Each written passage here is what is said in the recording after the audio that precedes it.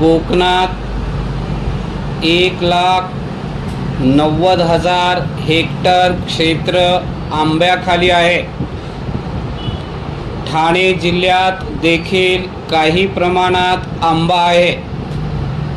महत्त्वाचे म्हणजे यामध्ये 80% हापूस या जगप्रसिद्ध आंब्याची लागवड आहे।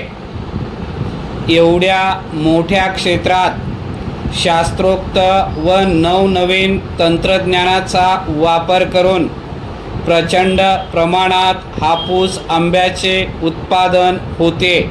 परिच्छेद रायगड जिल्ह्याचा विचार करता सुमारे 47,000 हेक्टर जमिनीवर आंबा लागवड असून सुमारे 14,500 हेक्टर प्रत्यक्ष उत्पादन क्षेत्र आहे।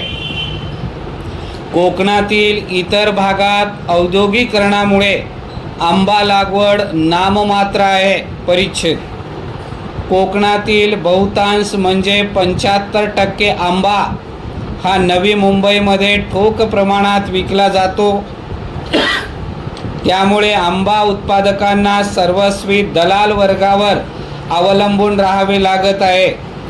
यातील काही टक्के आंबा हा शासनाच्या कृषी पणन विभागामार्फत तसेच खाजगी निर्यातदारांमार्फत परदेशात विकला जातो।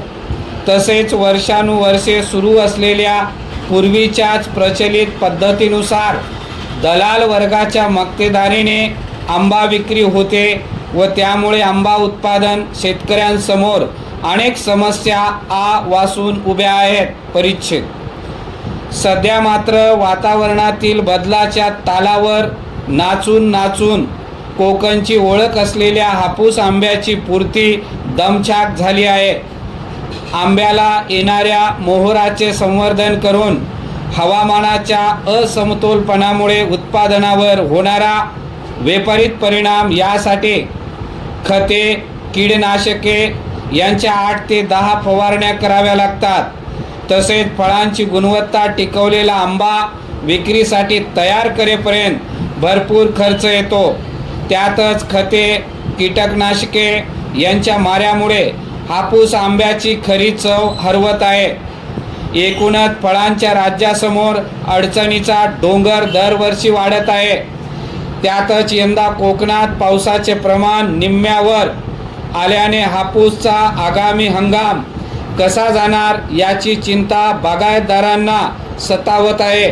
परिच्छेद पावसाळा हिवाळा उन्हाळा हा ऋतुचक्रातील क्रम आंब्याची पालवी मोहर फळ धारणेस फळ पक्वतेसाठी आवश्यक असते। यात बदल झाले तर आंब्याच्या पिकावर थेट परिणाम होतो।